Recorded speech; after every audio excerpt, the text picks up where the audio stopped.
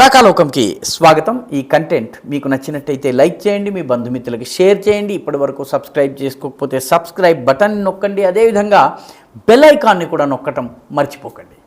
మిత్రులారా, ఒక మహాయుద్ధంలోకి వెళుతున్నటువంటి సేనావాహిని, దాని సర్వసేనాధ్యక్షుడు తన సైన్యాన్ని ఎలా మోహరించాలి, తన సేనావాహినుల్ని ఎక్కడెక్కడ నియోగించాలి, అదేవిధంగా తనకున్నటువంటి ప్రధానమైనటువంటి సైనికుల్ని, యోధుల్ని, మహారథుల్ని, అతిరథుల్ని ఎట్లా నియోగించాలి, వాళ్ళకి ఏ బాధ్యతలు అప్పగించాలి అన్నది తెలిసి ఉండాలి. భారతీయ జనతా పార్టీ 2024 లోకసభ ఎన్నికల్లో సర్వసేనాధ్యక్షుడిగా మనము చెప్పుకోదగ్గటువంటి నరేంద్ర మోదీ సుడిగాలి పర్యటనలు చేస్తున్నారు. దేశమంతా ఒక వ్యూహరచన చేస్తున్నారు. ఆయనతో పాటు పార్టీ జాతీయ అధ్యక్షుడు జేపీ నడ్డా అనేక సంవత్సరాలుగా దేశమంతా పర్యటిస్తున్నారు. అమిత్ షా గతంలో పార్టీ అధ్యక్షుడు, ప్రస్తుతం హోంమంత్రి, చాలా పేరెన్నిక కన్నటువంటి వ్యూహకర్త.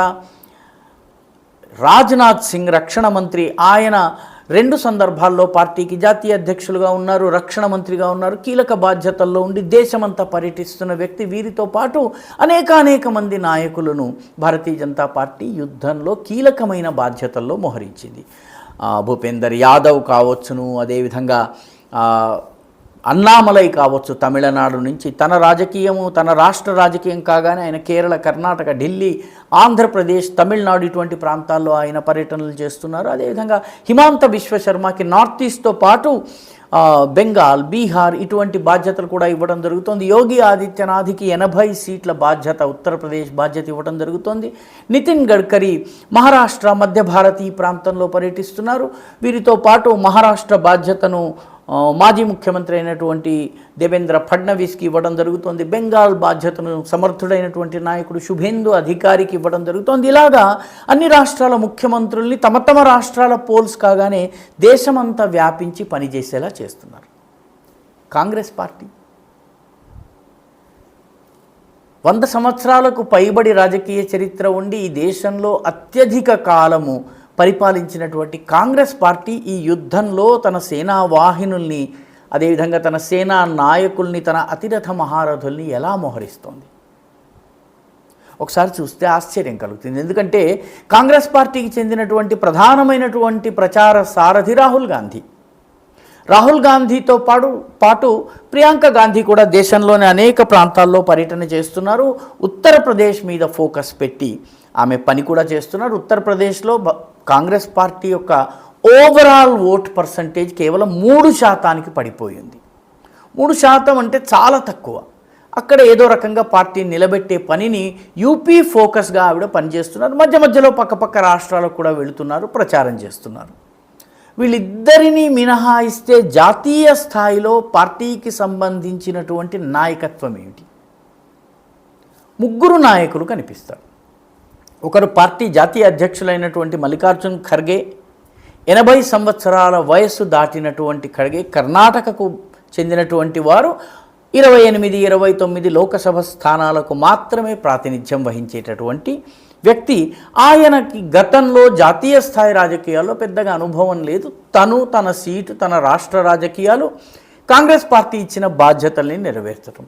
రెండో వ్యక్తి పార్టీ ఆర్గనైజింగ్ సెక్రటరీగా ఉన్నటువంటి కేసీ వేణుగోపాల్, కేరళకు చెందినవారు. భాషా సమస్య ఉంది. ఉత్తర భారతదేశం యొక్క రాజకీయాల పట్ల అవగాహన తక్కువ. పార్టీ ఆర్గనైజింగ్ సెక్రటరీ అయినప్పటికీ, ఆర్గనైజేషన్కి సంబంధించిన సెక్రటరీ ఆర్గనైజేషన్, కానీ పట్టు లేదు. అహ్మద్ పటేల్కి ఉన్నటువంటి పట్టు ఈయనకి లేదు.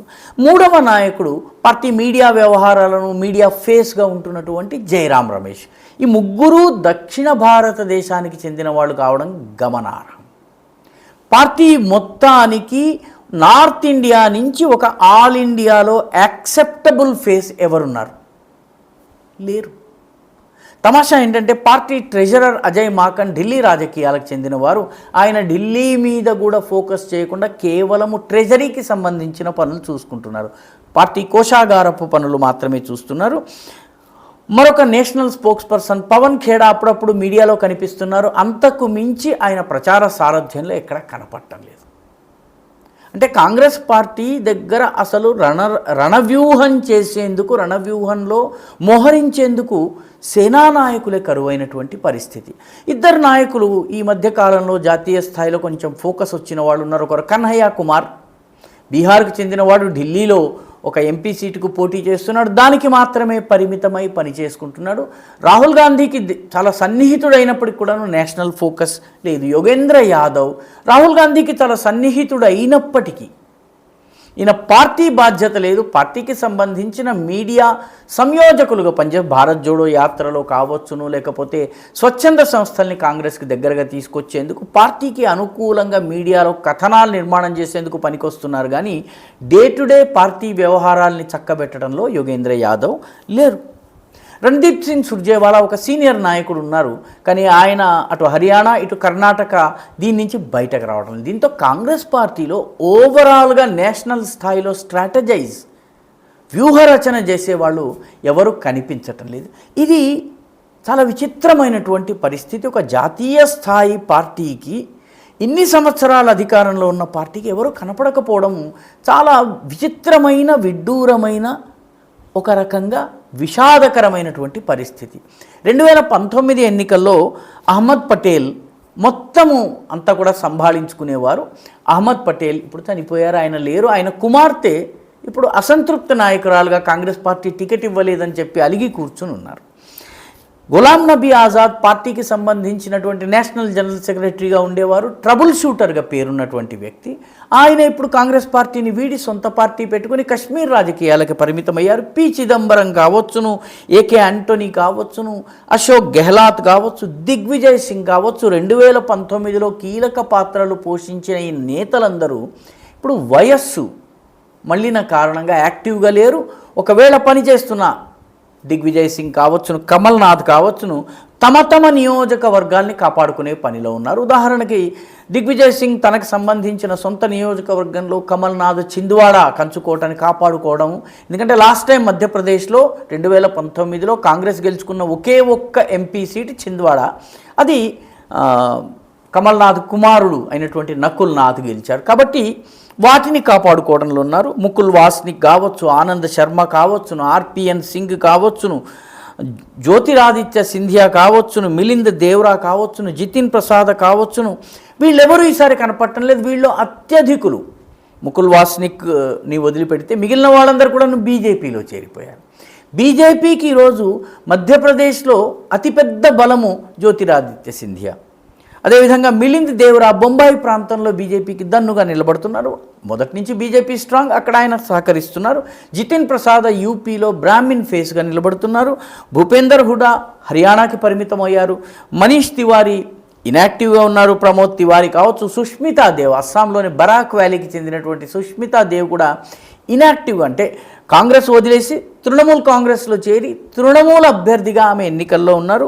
అంబికా సోని వయసు కారణంగా ఈసారి యాక్టివ్గా లేరు. మొత్తం మీద కాంగ్రెస్ పార్టీలో 2019 ఎన్నికల్లో కీలక బాధ్యతలు సంస్థాగతమైనటువంటి మేనేజ్మెంట్కి సంబంధించి, వ్యూహరచనకు సంబంధించి, దేశవ్యాప్తంగా అభ్యర్థుల నియామకానికి సంబంధించి పనిచేసినటువంటి చాలామంది ఇనాక్టివ్గా ఉన్నారు.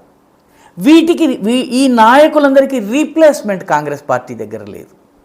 పర్యవసానంగా కాంగ్రెస్ పార్టీ ఈసారి ఎన్నికల్లో మొత్తము యుద్ధ భూమి పట్ల అవగాహన లేనటువంటి 3 దక్షిణాదికి చెందినటువంటి నాయకులు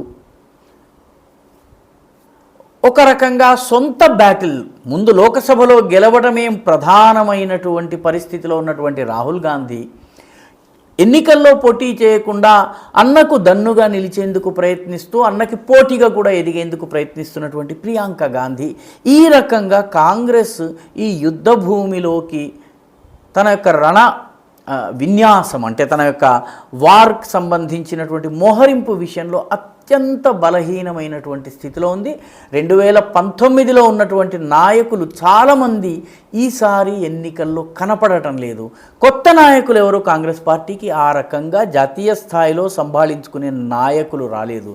ఇది నిజంగా విషాదకరమైనటువంటి, విడ్డూరమైనటువంటి, విచిత్రమైనటువంటి పరిస్థితిని కాంగ్రెస్ పార్టీ ఎదుర్కొంటోంది.